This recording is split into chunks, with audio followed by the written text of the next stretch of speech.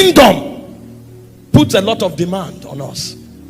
And for us to meet up the demands of the kingdom, we must burn. We must burn. Having said this, what is fire? Because fire is not excitement. Fire is not youthful exuberance. Fire is not a pot. When you find a man who is on fire, the love of God wells up on his inside and he desires him daily. The Bible said, as the deer panted after the waters, it says, so my soul longeth, not after preaching, after you, my soul. Your soul is in a constant pursuit of God and his presence. When you begin to desire God above all, when a hunger is sustained in your spirit for God, know that you are on fire for God. In John 2:17, Jesus speaking, he said, the zeal of my Father's house. He wants to interact with the presence constantly. He said, that zeal has consumed me. We are in a generation where people love everything but God. They can watch movies every day for 10 hours.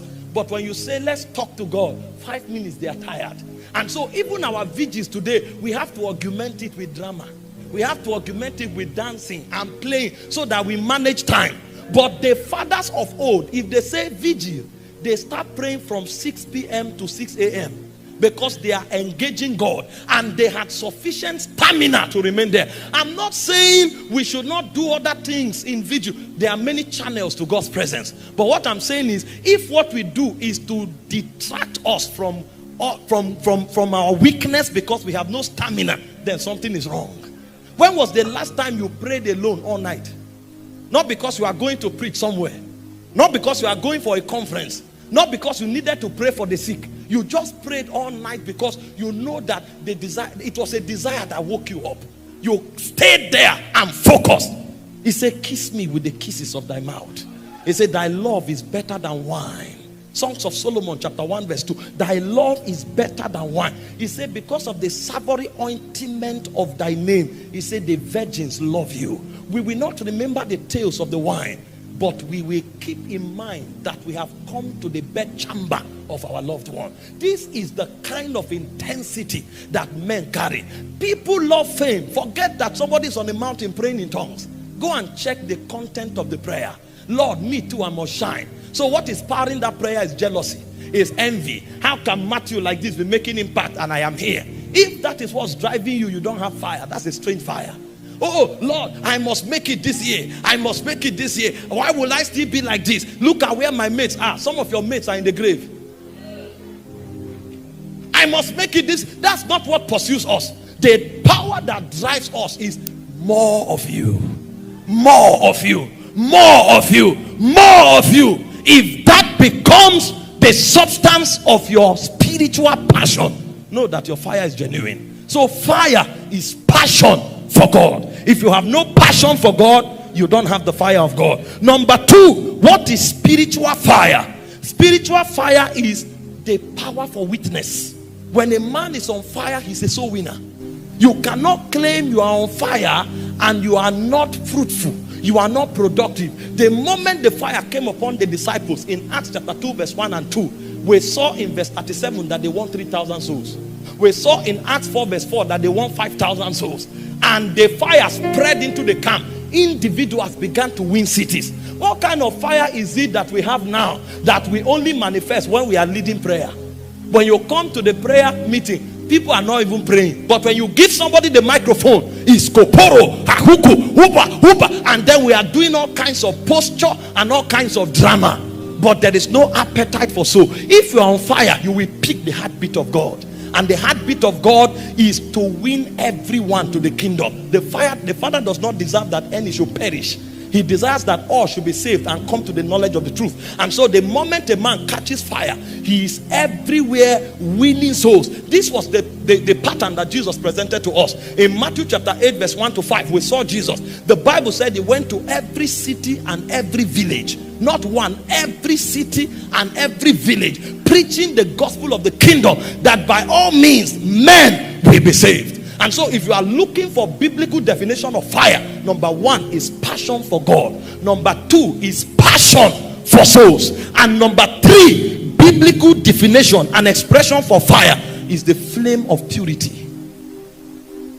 This generation where people take pride in praying for long, so that they are known as prayer warriors, but they are living with all kinds of iniquity, masturbation, immorality, and then we know how to manage it as though we are bipolar.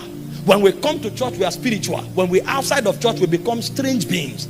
And because nobody sees what we are doing, we think it's okay. We are standing before a cloud of witnesses. It's only men that are not seeing you. The number of beings seeing you will shock you if your eyes open. You think you are alone in a closed room without light. You are joking. There are eyes that see beyond the rays of electricity. There are eyes. There are eyes that they censor. They see beyond that ray. And if you are able to manage iniquity and praying in tongues loud, you are a joker.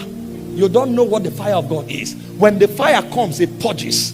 Malachi chapter 3 verse 2. He will sit as a refiner, and he will refine the sons of Levi, that they may bring an acceptable worship unto God.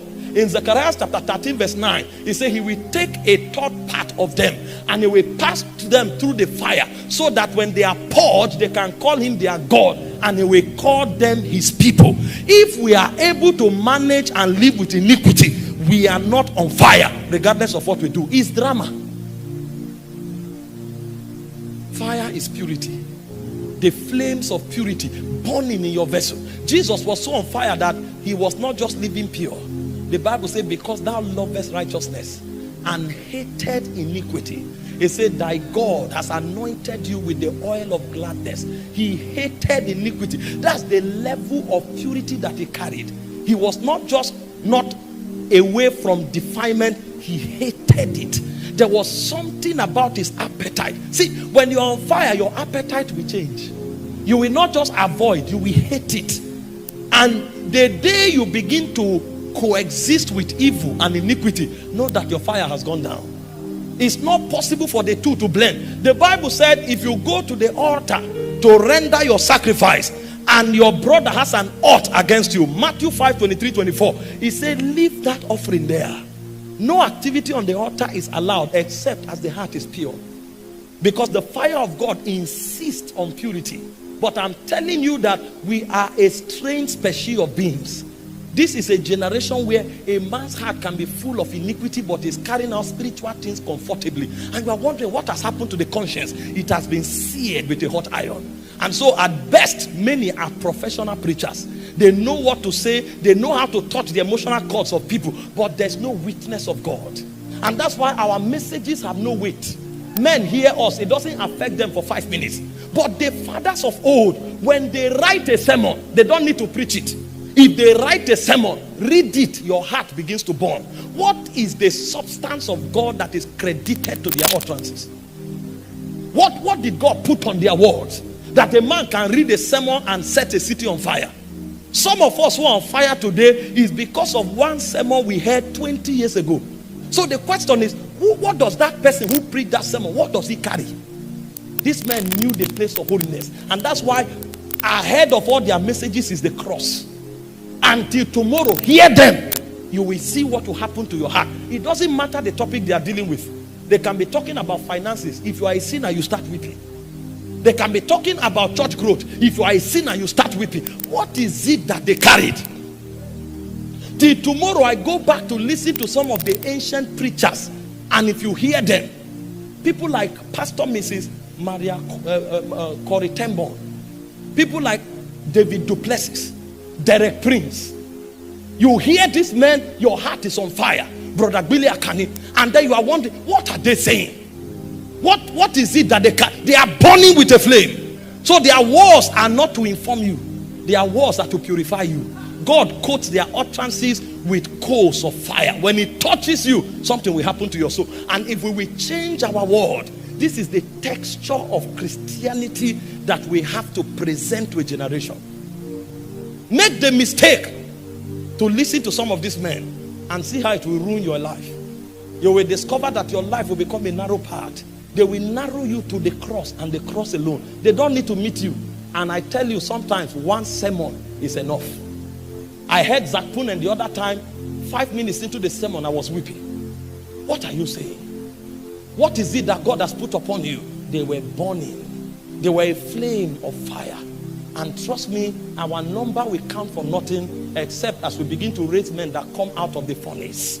Men that carry words that are like coals of fire. This is what will change a generation. This is what will truly impact a generation. I know the place of influence. I know the place of multitude. I know the place of financial power. But at the base of it all is the quality of witness that we bring. One that the fire has endorsed. One that the fire has endorsed.